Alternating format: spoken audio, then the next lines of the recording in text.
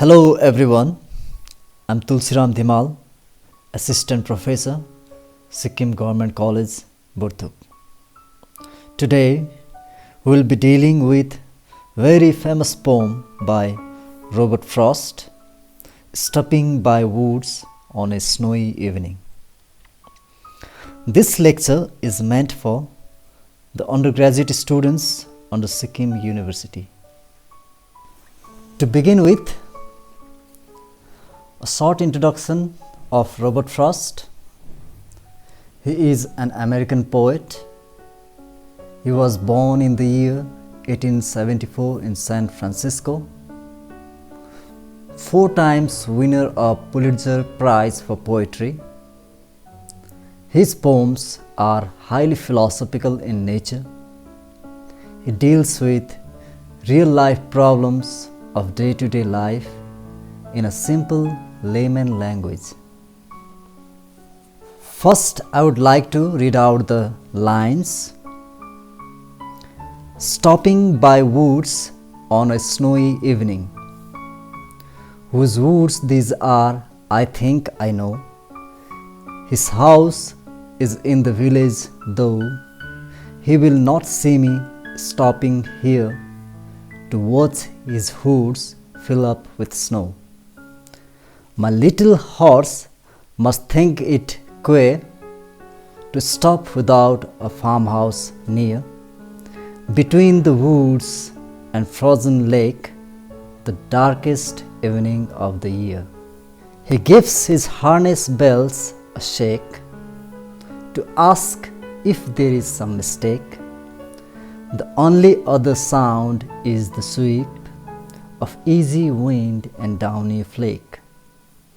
The woods are lovely, dark and deep, but I have promises to keep and miles to go before I sleep and miles to go before I sleep. Firstly, I'll be dealing with the literal meaning of the poem.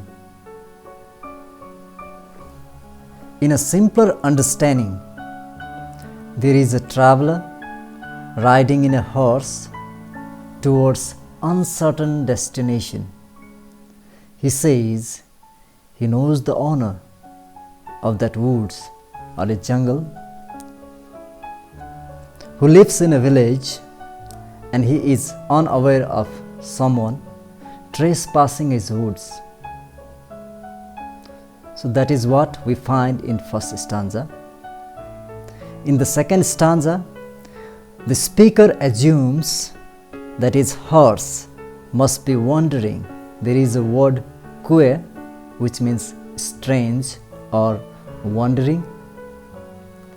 So the horse must be wondering why they have stopped in that wilderness without a farmhouse, that too in such a terrible weather, the darkest evening of the year, that is probably the winter.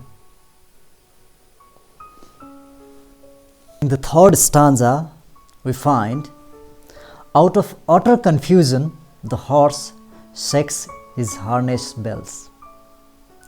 If there is any mistake or any reason to stop there, in that silent woods, the only sound is of gentle wind and flakes, that is, snowy rain dropping down. Flake refers to snowy rain dropping down in a mountainous region. In the last stanza, the speaker confesses that the woods are lovely, dark and deep. He is lost in the whirlpool of beauty of nature, but is reminded of his promises that he has kept, the loyalties, the responsibilities, duties before he sleeps. The 2 concluding lines has been repeated so as to suggest the 2 meaning of sleep. One is literal sleep after day's work. Another is death after our role in the earth ceases. Here, we can also imagine our life as a journey, a day's journey. This is a literal or surface meaning of the poem. Before understanding the symbolic aspect of the poem, let us look at some of the words used as symbols, like the title itself, stopping, which symbolizes stagnation, to get stuck in one's life, which is disastrous for everyone. The other symbol is the symbol of village, which symbolizes civilization, sensibility, and rationality. The next symbol is that of woods, which symbolizes anti-civilization, irrationality, wildness, madness. Dark woods symbolize darkness. The other symbol is the symbol of horse, which symbolizes power, wild, animal instinct. Next symbol we find is farmhouse, which symbolizes artificial or man-made, which is contrary to lovely woods, which is natural. Next symbol is that of harness bells, which symbolizes voice of conscience or inner voice. Horse shaking his harness bells symbolizes the warning before the wrongdoings. In this poem, the poet talks about dilemma, choices, ambition, fulfilling promises, and finally reaching destination. Attraction toward the woods and the pull of responsibility outside of the woods is the basic dilemma to be resolved.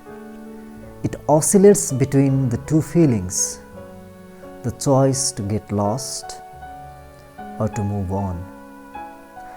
The owner of the woods lives in a village on the darkest evening of the year.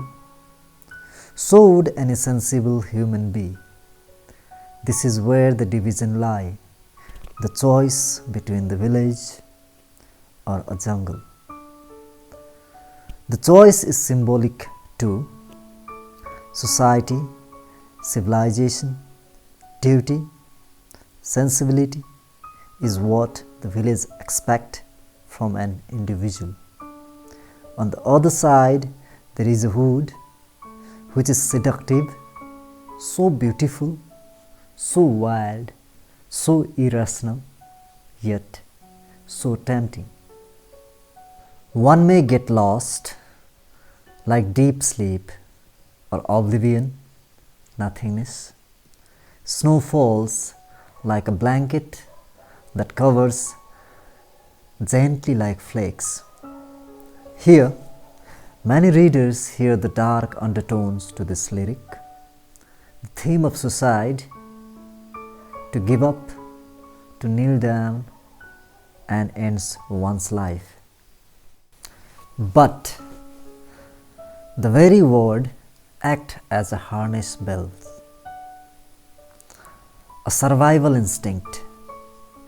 Even in one's dark hour, in one's dark times, the inner voice reminds us of our responsibilities, promises, and reprobe our act of stopping. The wood sits on the edge of civilization or a village. One way or the other, they draw the speaker away from it, his promises, his good sense. Society would condemn stopping. Here in the dark, in the snow, it is ill-advised. Even the horse reproved the speaker's stopping in the woods. He shakes his harness bells. To stop and enjoy is the hedonistic approach, whereas to forget the beauty and to fulfill the journey is a practical way of life. Duty is more significant, more valuable, more finer things in life rather than beauty. Horse is a domesticated part of civilization. If it can be tamed, why not our animal instincts? Why not our senses? To follow the reason, good sense, to reach the destination, to reach the village. We have village as well as woods in us, devil and angel in us. It is the choice or a balance that is needed. Finally, the last lines, miles to go before I sleep, resolves the dilemma and suggests the strong urge to move on, to fulfill, to complete the journey of life, not to lose one's path, not to go out of track. Thank you.